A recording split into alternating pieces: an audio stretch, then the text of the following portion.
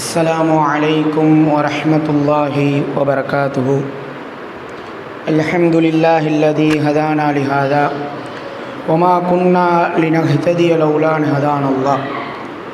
ربي اشرح لي صدري ويسر لي أمري واحلل عقدة من لساني يفقهوا قولي.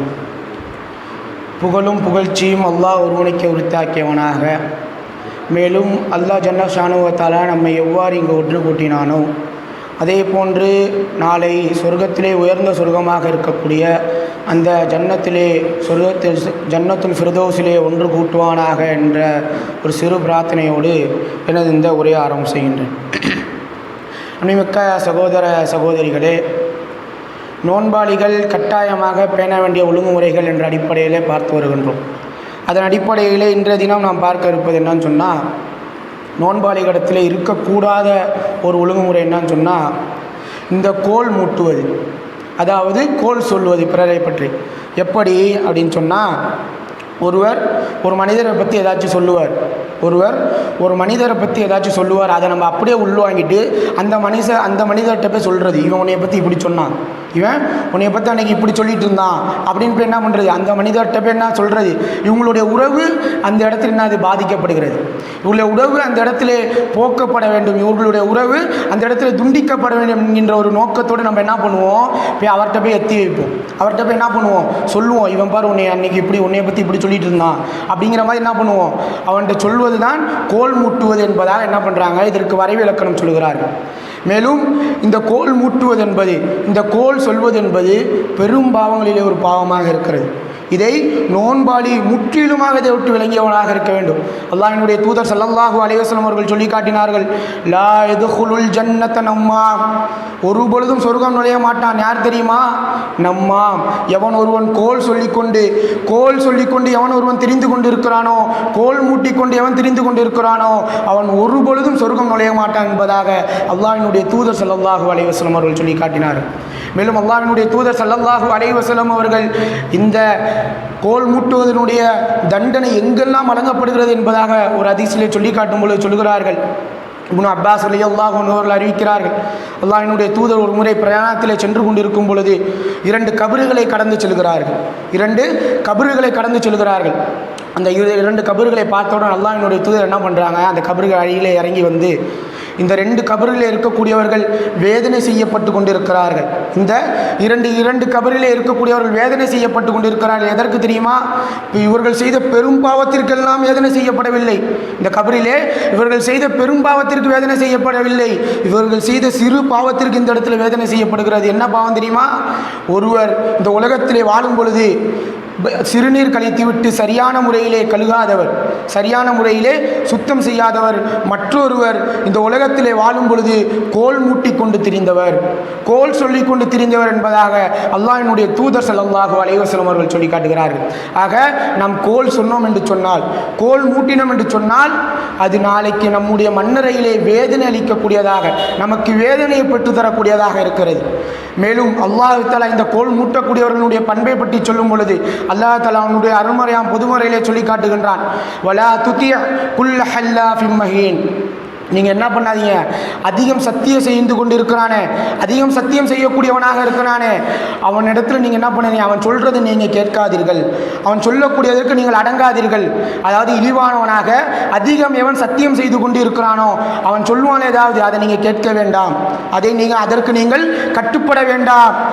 ஹம்மாஸிம் மஷ்ஷாஇம் பினமீம், அவன் யாருன்னு சொன்னால் அவன்தான் இந்த உலகத்திலே குறை கூறி திரிந்து கொண்டிருந்தவன், மேலும் அவன்தான் கோல் மூட்டி கொண்டிருக்கக்கூடியவன் என்பதாக அல்லாஹ் தஆலா அவனுடைய அருள்மறையாம் பொதுமறையிலே சொல்லி காட்டுகின்றான்.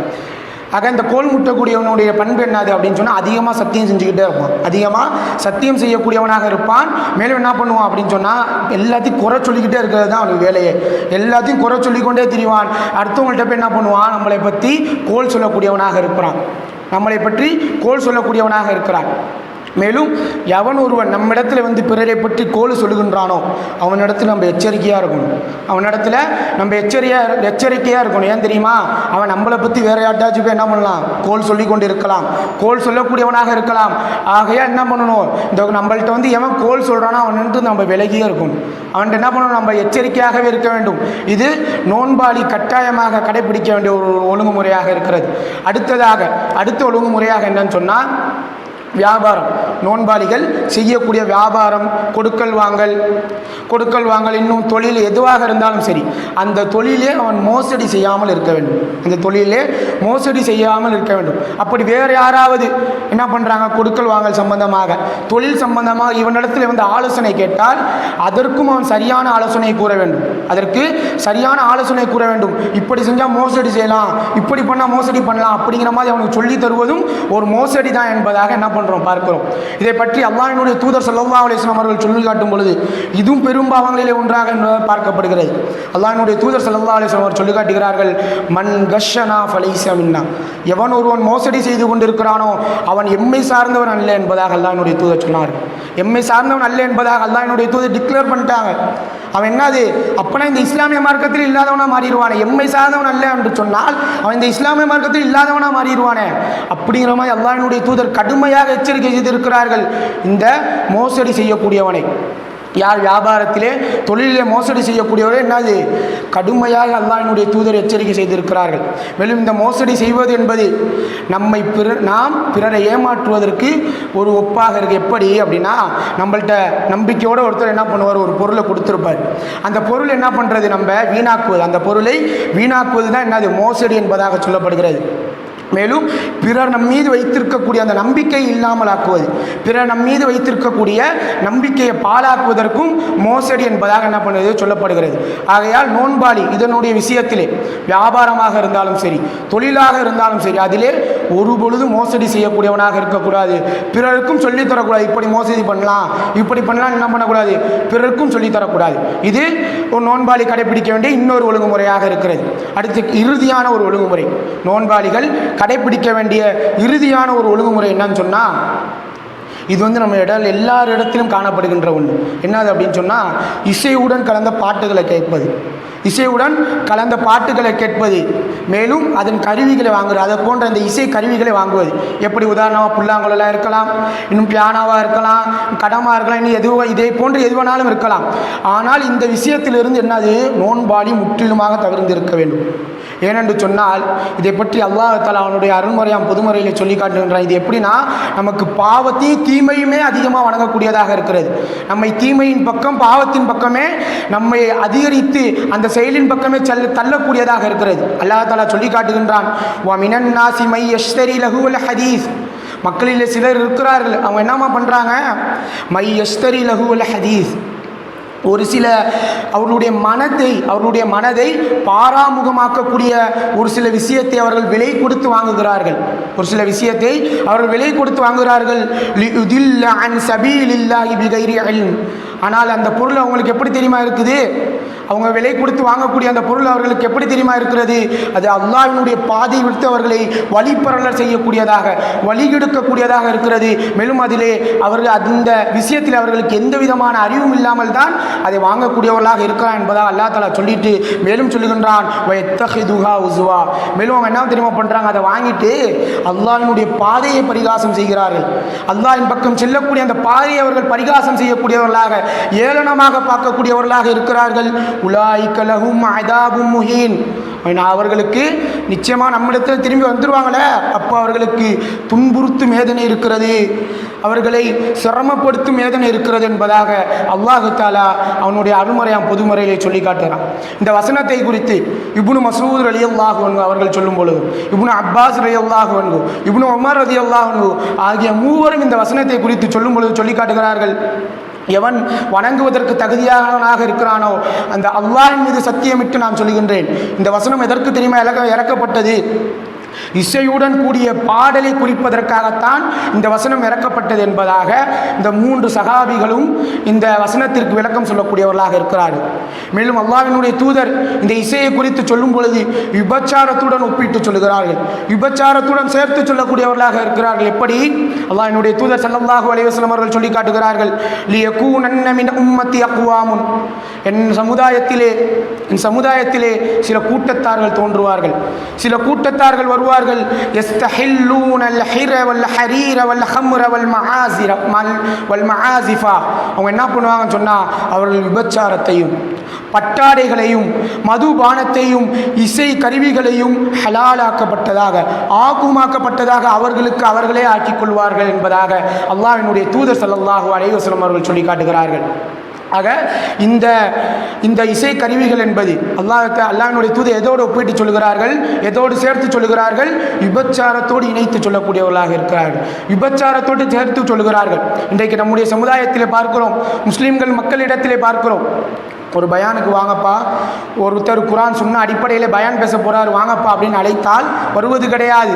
ஆனால் ஒரு பாட்டு கச்சேரி, ஒரு பாட்டு திருவிழானா செல்லக்கூடியவர்களை பார்க்கிறோம். நம்முடைய இஸ்லாமிய சமுதாயத்தில் இருக்கக்கூடியவர்கள் என்ன இருக்காங்க, இப்படி பாட்டிலே மூழ்கியவர்களாக, இசையிலே மூழ்கியவர்களாக காணப்படுகிறார்கள். அன்புமிக்க சகோதரர்களே, நோன்பாளிகள் இதை விட்டு முற்றிலுமாக விலகி இருக்க வேண்டும். நோன்பாளிகள் இதை விட்டு முற்றிலுமாக விலகி இருக்க வேண்டும். நாம் சொல்லக்கூடிய விஷயம், இந்த நோன்பு காலத்தில் மட்டும் நோன்பாளிகள் விலகி இருக்கக்கூடாது, இதன் பின்னால் வரக்கூடிய அனைத்து காலங்களிலும் நோன்பாளிகள் விலகி இருக்க வேண்டும். அன்புமிக்க சகோதரர்களே, இறுதியாக ஒரே ஒரு செய்தியை மட்டும் சொல்லிக் கொள்கின்றேன். ஜாபிர் ரலியல்லாஹு அன்ஹு அவர்கள் அறிவித்தார்கள், ஜாபிர் ரலியல்லாஹு அன்ஹு அவர்கள் சொல்லுகிறார்கள், நீ நோன்பு நோற்றால், நீ நோன்பு நோக்கக்கூடியவனாக இருந்தால் உன்னுடைய செவியும் உன்னுடைய பார்வையும் நோன்பு நோக்கட்டும், உன்னுடைய செவியும் உன்னுடைய பார்வையும் நோன்பு நோக்கட்டும். எப்படி? உன்னுடைய செவி தீமையான சொற்களை, தீமையான பேச்சுக்களை கேட்காமலும், உன்னுடைய பார்வை அந்நிய பெண்களை பார்க்காமலும், தீமையான செயல்களை பார்க்காமலும் உன்னுடைய பார்வையும் உன்னுடைய செவியையும் நோன்பு நோக்கட்டும்.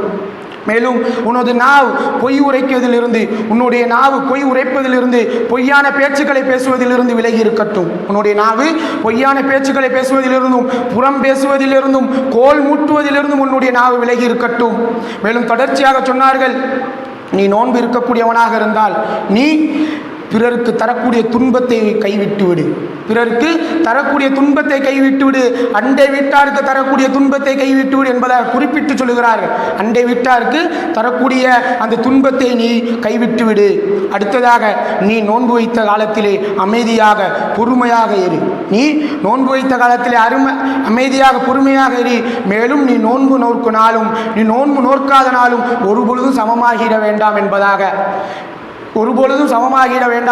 ஜாபிர் ரலியல்லாஹு அன்ஹு அவர்கள் சொல்லி காட்டுகிறார்கள்.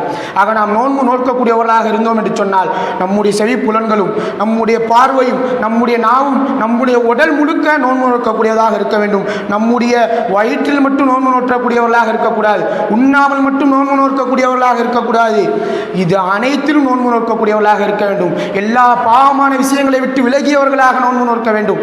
ஆகையால் நோன்பாளிகள் கடைபிடிக்க வேண்டிய ஒழுங்குமுறைகள் இதுவாக இருக்கிறது. இது போன்ற 6 விஷயங்கள் என்ன பண்ணியிருக்கோம், நம்ம குறிப்பிட்டு சொல்லியிருக்கோம். என்னது? முதலாவது தொழுகையில் நோன்பாளிகள் எப்படி இருக்க வேண்டும். அடுத்ததாக புறம் பேசுவதில் நோன்பாளிகள் எப்படி இருக்க வேண்டும். அதுக்கடுத்ததாக கோல் மூட்டுவதில் எப்படி இருக்க வேண்டும். அதுக்கடுத்ததாக வியாபாரத்திலே, தொழிலிலே என்ன எப்படி இருக்க வேண்டும். இசை கருவிகளிலே, இசை கலந்த பாடல்களிலே கேட்காமல் எப்படி இருக்க வேண்டும். மேலும் இறுதியாக என்ன பார்த்தோம், இந்த பொய் உரைப்பதிலே எப்படி இருக்க வேண்டும் என்பதாக 6 விஷயங்கள் என்ன பண்ணுறாங்க, குறிப்பிட்டு காட்டுகிறார். நோன்பாளிகள் கண்டிப்பாக கட்டாயமாக கடைப்பிடிக்க வேண்டிய ஒழுங்குமுறைகள் என்பதாக இந்த 6 விஷயங்களை குறிப்பிட்டு காட்டுகிறார்கள். ஆகையால் நோன்பு வைத்திருக்க காலங்களிலும், நோன்பு வைத்த பிறகு நாம் மரணிக்கும் வரையும் இது போன்ற விஷயங்களை விட்டு விலகி இருக்கக்கூடிய அந்த பாக்கியத்தை அல்லாஹ் நம் மரணிக்கும் தந்தர்கள் புரிவானா என்று பிரார்த்தனை செய்தவனாக, எதை கேட்டோமோ அதை தன்னுடைய வாழ்விலே செயல்படுத்தக்கூடிய பாக்கியத்தையும், மேலும் கேட்பது பெரிதல்ல, பேசுவது பெரிதல்ல, அதை தன்னுடைய வாழ்க்கையிலே செயல்படுத்துவதே பெரிது என்று கூறி என்னுடைய உரைக்கு திரையிடுகின்றேன். வாஹிரு தஅவானா அல்ஹம்துலில்லாஹி ரப்பில் ஆலமீன். அஸ்ஸலாமு அலைக்கும் வரஹ்மத்துல்லாஹி வபரகாத்துஹு.